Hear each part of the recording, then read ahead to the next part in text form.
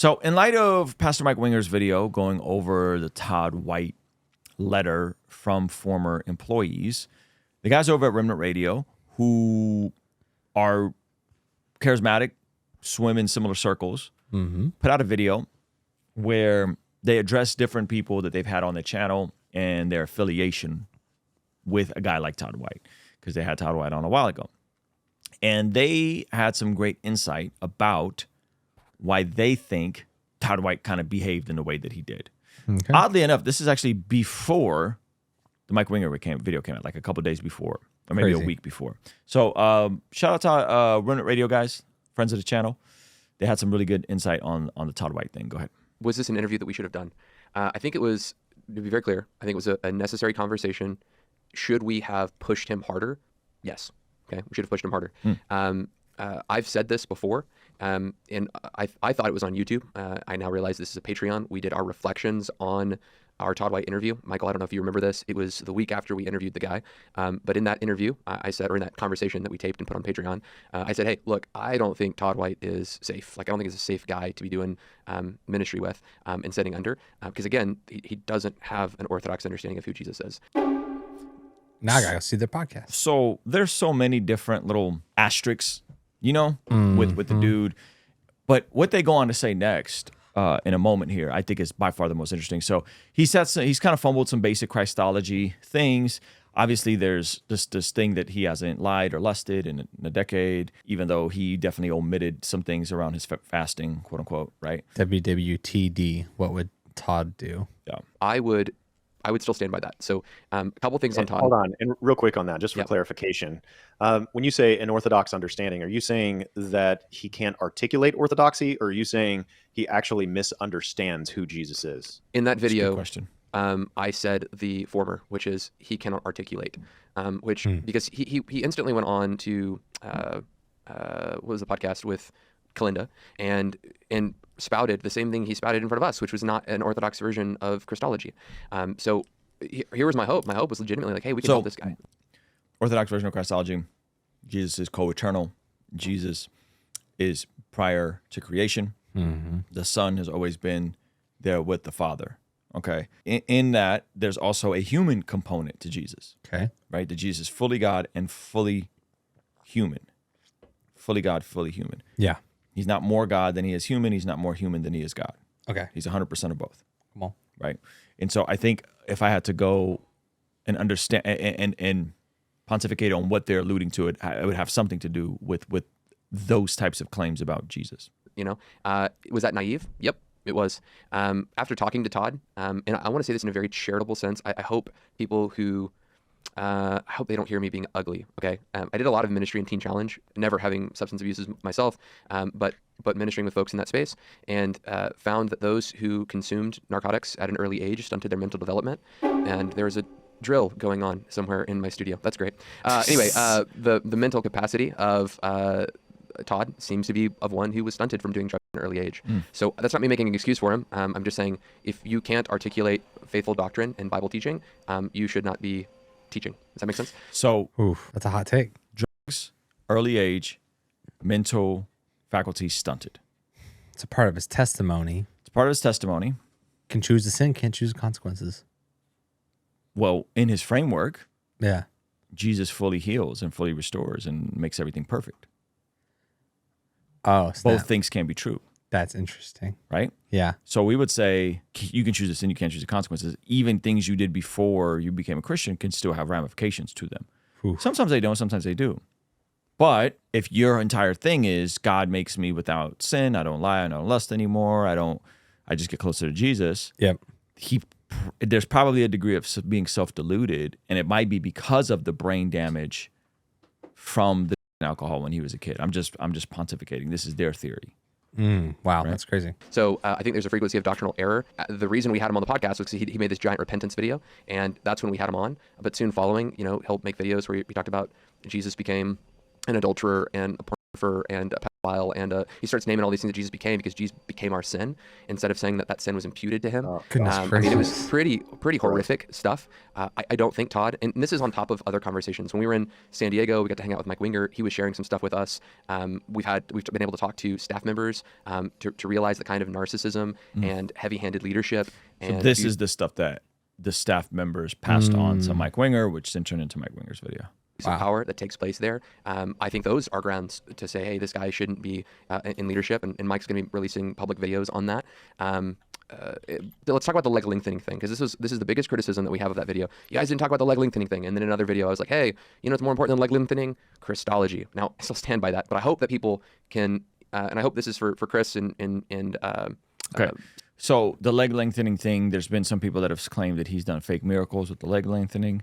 Ruslan, show. I'm gonna perform a miracle right now. I'm holding my arms out. I was born this way, actually. From a young age, I've been only able to reach the top shelf with my right hand and not my left. It's been a hard life, but luckily, through the power of a Todd White topic on the live stream, oh my goodness! Now my left arm can reach the top shelf even more. And then my right arm even more. I'm healed, and I've got a longer reach. Now I'm going to join the UFC. Now, they go on to say that one of the people that he prayed for, actually, they followed up with him, and he did get healed. Oh, Play the rest of the video. Way to mock Stephen healing, Kazar. bud. and Justin, I hope that you hear how I'm approaching this, because in 2007, I was at a conference. It's a youth conference, a very charismatic youth conference. I was a late teen, I think, at the time. And we watched a guy, I think, named Hank Hachaviera, I think was his name. It was on stage. There was a guy on stage. His name was Adrian. He was sitting in this chair. He held Adrian's legs, prayed for Adrian, and, he did the whole leg lengthening, shtick. Now, I've talked to Adrian, still to this day. I think the last time I talked to him was maybe 5 years ago, but I still have some contact with Adrian. So I've kept up with him, and he was physically healed. He had back pain for years and was completely healed. Now, what I saw from that was a bunch of youth kids and a bunch of Bible school students that were at that church begin to practice that exercise because they saw someone else do it.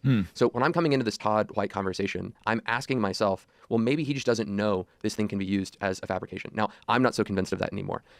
It's totally worthy to press him on that question. It's totally worthy to push back and say, hey, you're fabricating miracles. But I hope that you understand that I'm saying this, that youth kids and Bible school students, I were seeing them do this out of ignorance, not because they knew. Hank, this Hachaviera Why is there guy, so many people with short legs. where did all these people come from? like a half. And why are they always at these events? And then when do you discover that you got a shorter leg? Right? I don't know. You take out the tape measure. No diss to anyone that got one leg's longer than the other. I'm not trying to make fun of that. I understand that might be frustrating, but it's just funny that this is like a reoccurring thing. Yeah. There's so many videos of people with one leg shorter than another getting these healings, and Because I know there's that one thing where people will get the bigger boot. scoliosis or whatever. No, Well, that's not scoliosis. Yeah. You know what I'm talking about? There's that Yeah. thing where someone has a bigger shoe Yes, and they have to get custom shoes. Yes. I don't think it's that. I don't think that's what they're healing. I think they're healing minor, there's an inch difference in the person's leg. That's a big. I mean, it's just a big deal. It's big, but it's not like a foot. Someone's got to have that gotcha, obvious gotcha. shoe, and they got a big Gotcha. thing. It's just kind of like a minor back issue, or maybe half an inch. Yeah. whatever his name was, he hopped up on stage. He didn't say, hey guys, this is how you fabricate a miracle. He prayed for a guy. The guy claimed to be healed. The guy still claims to be healed. And a bunch of people said, oh, then we want to do that because that's how you pray for people who have back pain and leg pain and all this other stuff. So yeah, I wholly denounce the practice. You should not put someone in a chair and lengthen their leg, right? You shouldn't do it. But in that context, when we're having him on, and again, I know this isn't going to please people, but I just need you to understand the framework that I was taking into that conversation and a naivety that I was taking into that conversation, saying maybe he doesn't explanation, know. not justification, is the word you're Explanation, looking for, right? That's what I'm looking Yeah. for. It's not justifiable what Explanation, I did. not justification. There it is. So he's saying the person there claimed to still be healed from someone lengthening their leg. That's awesome. I'll take it. I think the DRUGS thing is pretty interesting. Yeah. You know anyone that did as a kid? My old Bible teacher in junior high. That's why they got him teaching the Bible. Nothing else. He did like hard drugs as a teenager? Uh-huh.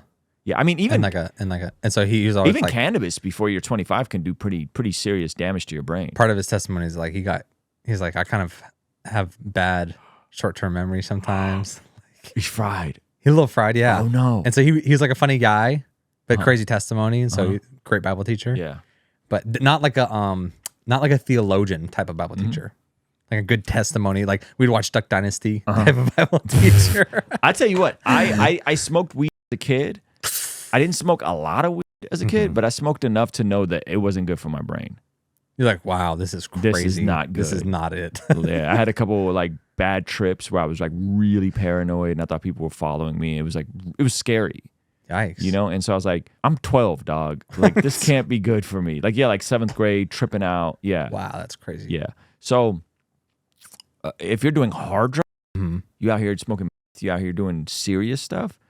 I mean, well, can you imagine? You know, someone said God can heal your brain easy. God can. Easy. God can. Of course, it's easy for God. Yeah, Yeah, for God can, but that doesn't mean everyone gets a healing all the time, right? And so if you're seeing this behavior that's indicative of someone who did hard drugs in their youth and they're now an adult and they have some processing disorders. something, and it's not Not nothing. nothing. Yeah, you know, it would make sense. So anyway, I shout out to the Remnant Radio guys. I think that them kind of explaining that, but the tricky part is that there still seems to be some miracles, right? That have came out. So that's like, how do you wrestle with that? You know, so hopefully he repents and cleans this up and takes a break. I think at the very least that he should repent and take a break. And apparently Winger said there's more stuff coming out. Some of the former employees are about to come out publicly and not just anonymously. So far, everything is anonymous. There's the emails anonymous. So there's going to be some of these folks that are going to come out publicly. Then there's other folks. You know, there's other folks who are alleging similar things against other quote unquote prophets or hyper charismatic leaders. Yikes. You know, so it's trippy. It's not nothing. Hey, thank you so much for checking out the video. Please be sure to comment below and subscribe and all that good stuff. And check out this other video that YouTube seems to be recommending just for you. Let me know if they nailed it. All right, I'll see you over there. Peace.